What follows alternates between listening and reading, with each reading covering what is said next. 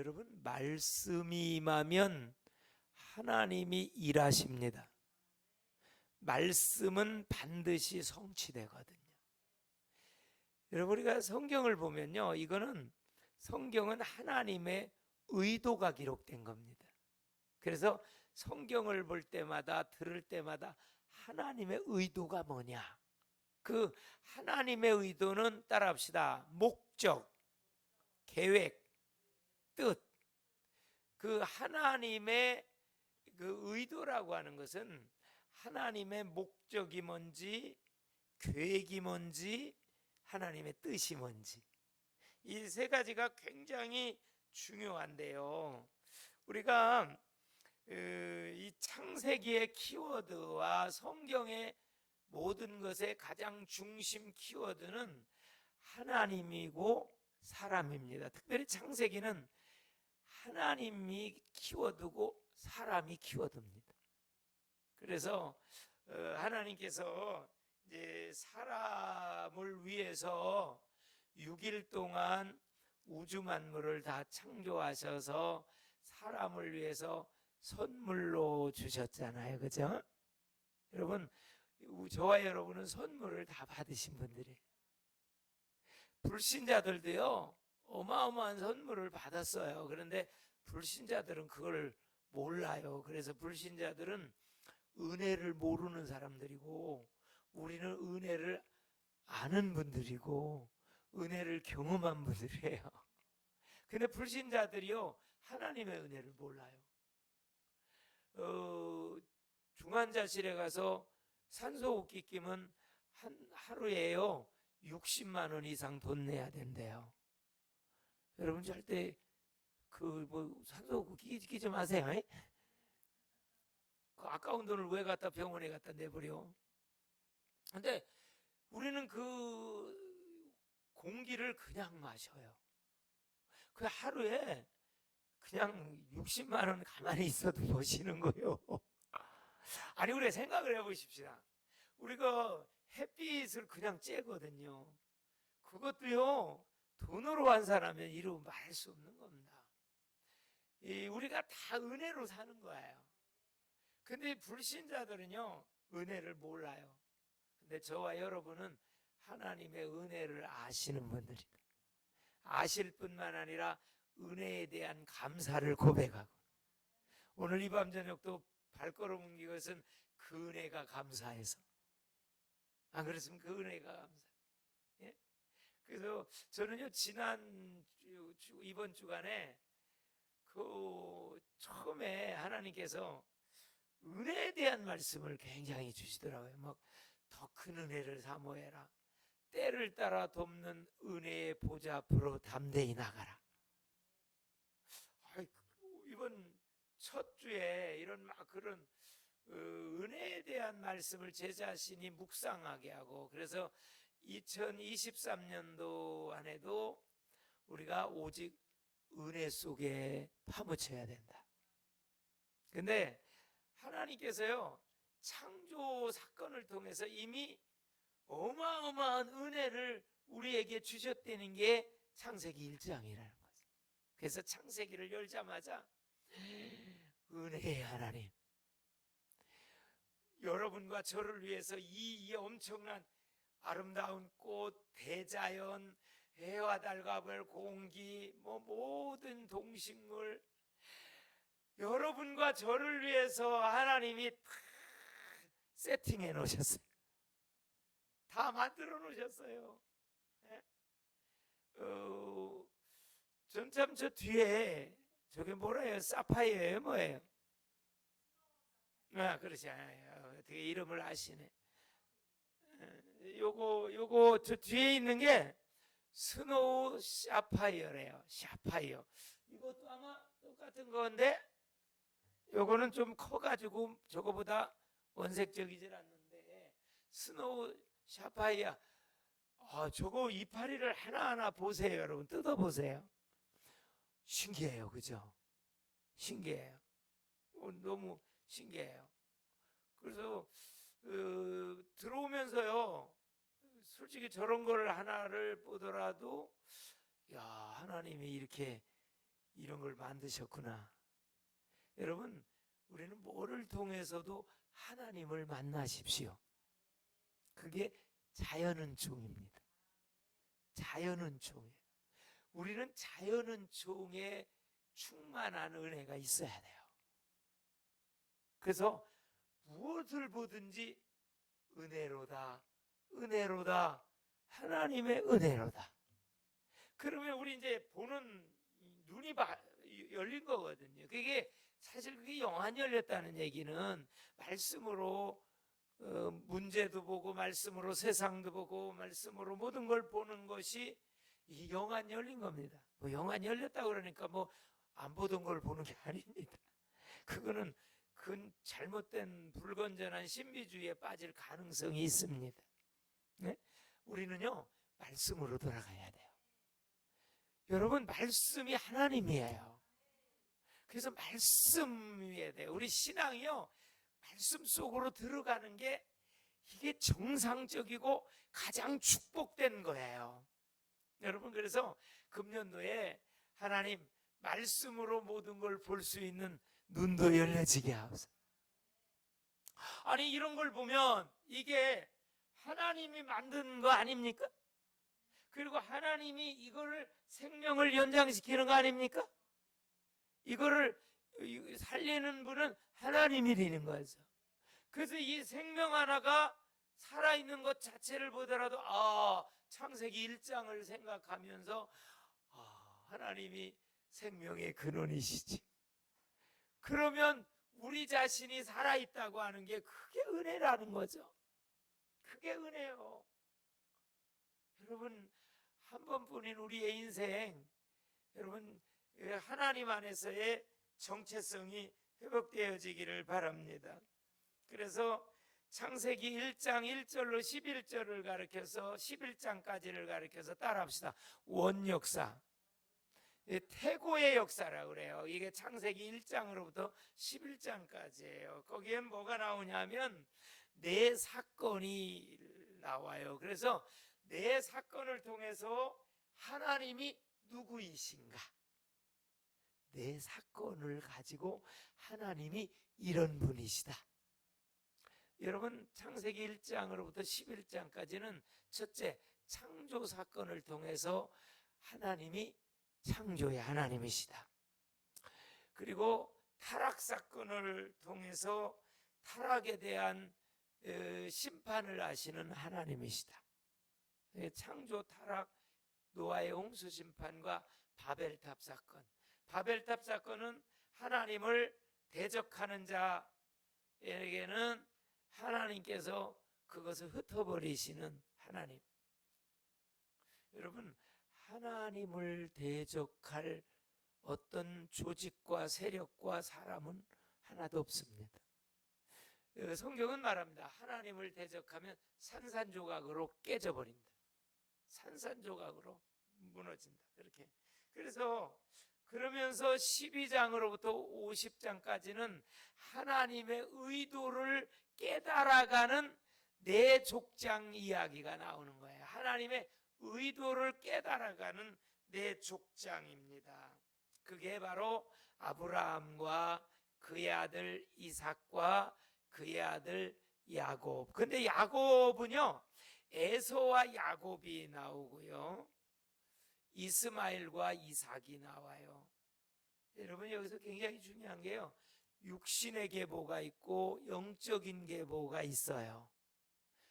여러분과 저는 예수 믿음으로 아브라함의 후손, 다윗의 후손, 예수 그리스도 안에 있는 영적 계보. 아멘? 영적 계보라는, 이게 창세기에서 네 인물을 통해서 특별히 이스마엘 낳고요, 에서 나오고요, 그리고 에서의 후손들, 그 다음에 야곱의 후손들, 이게 쫙 갈리면서 아랍 족속이 나오고 이스라엘이 나오잖아요. 사실 그때의 그 사건이요, 이스마엘 족속 사건, 이삭이, 아브라함이 잠깐 이삭 늦게 나가지고 아브라함이요 믿음의 조상이시면서도 크게 그냥 연약함을 보이잖아요. 여러분, 사람은 정말 완전할 수가 없기 때문에 하나님이 자꾸 우리를 만들어 가시는 하나님이시다. 즉 AS 하시는 하나님이시다. 여러분, 우리는 늘 공사 중이라는 사실을 잊지 마셔야 돼요. 주님 앞에 서는 그날, 영화롭게 되는 그날까지는 계속 우리는 공사 중이에요. 예? 그 성경은 말하잖아요. 된 줄로 생각하면 이미 넘어지, 선 줄로 생각하면 넘어졌다. 그렇게 성경은 말하고 있습니다. 그래서 창세기 1장 1절에 봅시다. 이제 1장 1절 다 같이 읽어볼까요? 시작. 태초에 하나님이 뭘 창조해요? 언제요? 태초에. 이 태초라는 단어 하나 합시다. 베레시트. 베레시트. 이게 이제 히브리 말인데요. 왜 이거를 말씀드리면 히브리어에 베레시트라는 단어에는 몇 가지 의미가 들어있는데 한 7가지의 의미가 들어있는데 2가지는 여러분들이 좀 알아두시는 게 좋아요. 첫째 뭐가 있냐면 집이라는 뜻이 들어있대요. 집. 두 번째로는 머리라는 뜻이 들어있어요. 베레시트라고 하는 이 태초에라고 하는 이 단어 속에는요, 집이라는 뜻과 머리라는 뜻이 있는데, 여러분, 집이라는 뜻은 바로 구약을 말하면 성전의 의미고, 신약을 말하면 교회의 의미고, 그리고 머리는 예수 그리스도죠. 아멘? 여러분, 하나님의 의도가 거기 있는 거예요. 벌써 창세기 1장 1절 태초에부터 하나님의 의도가 들어있는데, 그것은 바로 교회의 주인 되신 예수님. 그래서 벌써 태초에 성경을 펴자마자 예수 그리스도가 나오는 거예요. 여러분, 구약은 예수 그리스도에 대한 예언이잖아요. 신약은 성취고요. 그래도 벌써 태초에부터 나오는 거예요. 이게 기절초풍하는 거예요. 이게 언어 속에 담긴 놀라운 하나님의 의도예요. 그리고 2절에 보면 혼돈하고 공허하고 흑암이 깊음이 있다. 한번 따라합시다. 혼돈, 공허, 흑암이 깊음이 있고.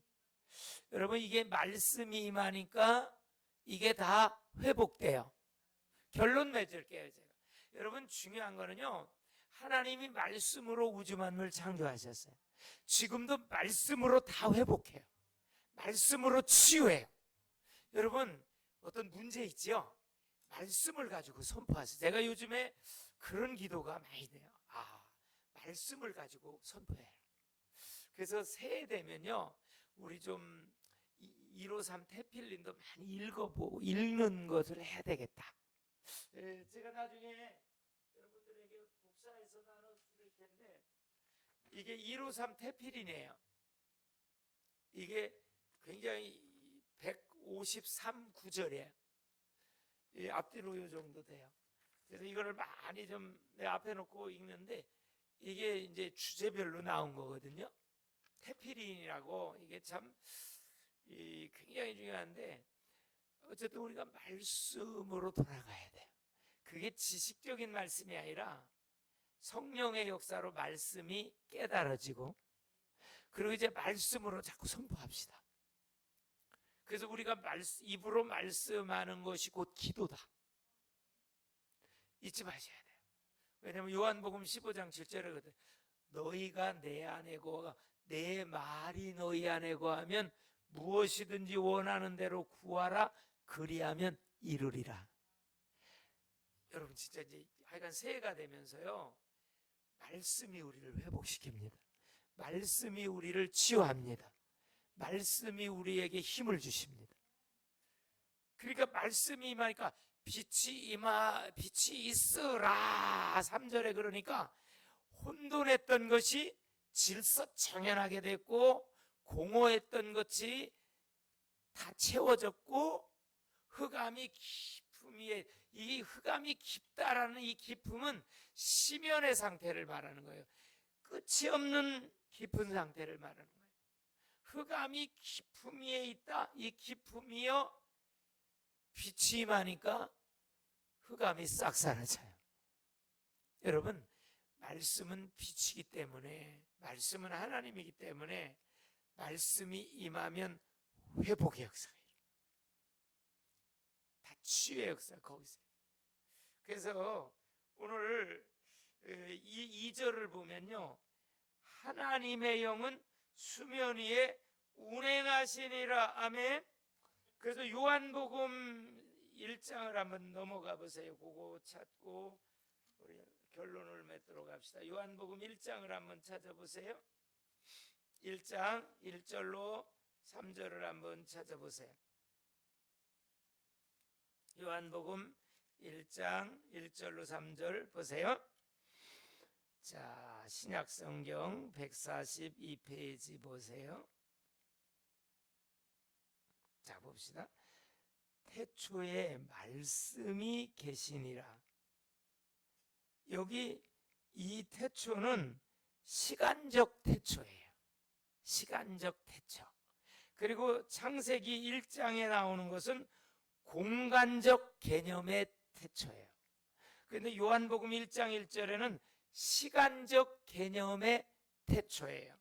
그리고 요한일서 1장 1절에도 태초에 나오는데 그거는 구속사적 개념에서의 태초예요. 그래서 보세요. 태초에 뭐가 있어요? 할렐루야.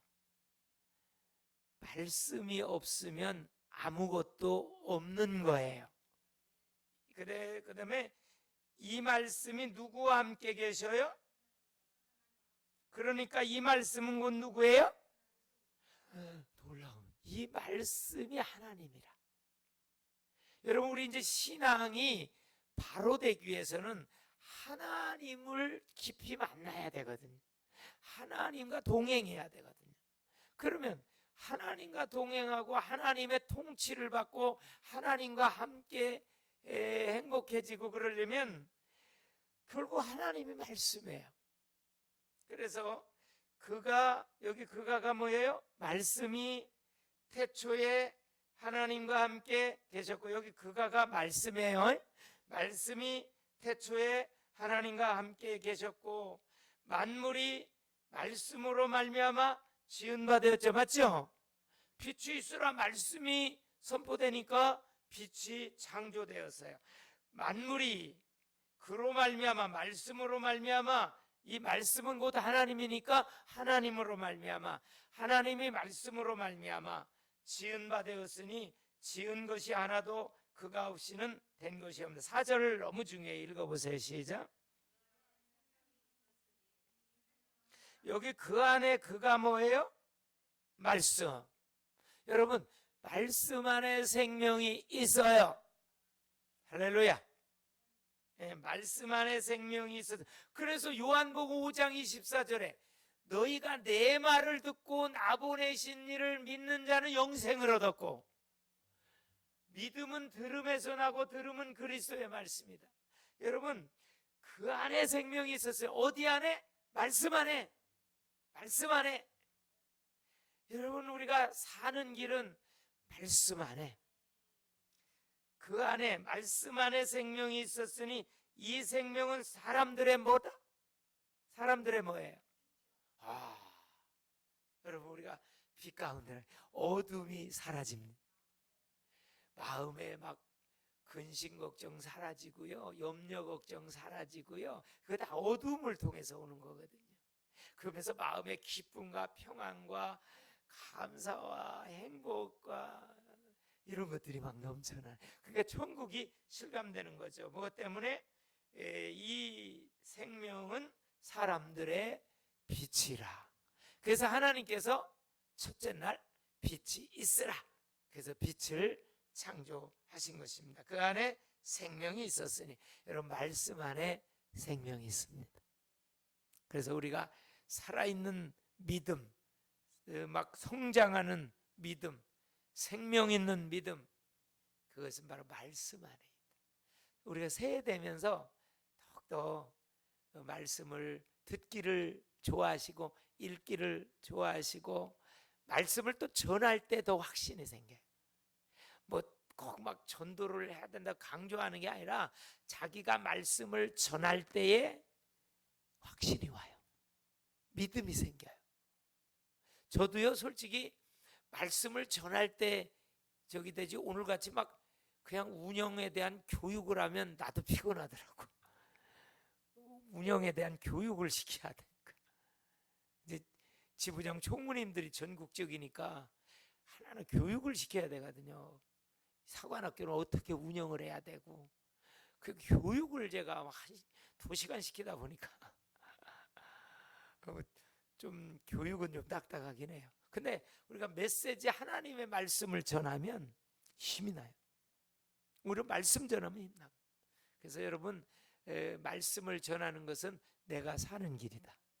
내가 회복되는 길이고 내가 치유되는 길이고, 그래서 여러분 때를 얻든지 못 얻든지 말씀을 자꾸 전하세요. 우리 입에 하나님의 말씀이 자꾸 되뇌어지고 되는 역사가 일어나기를 주님의 이름으로 축복합니다.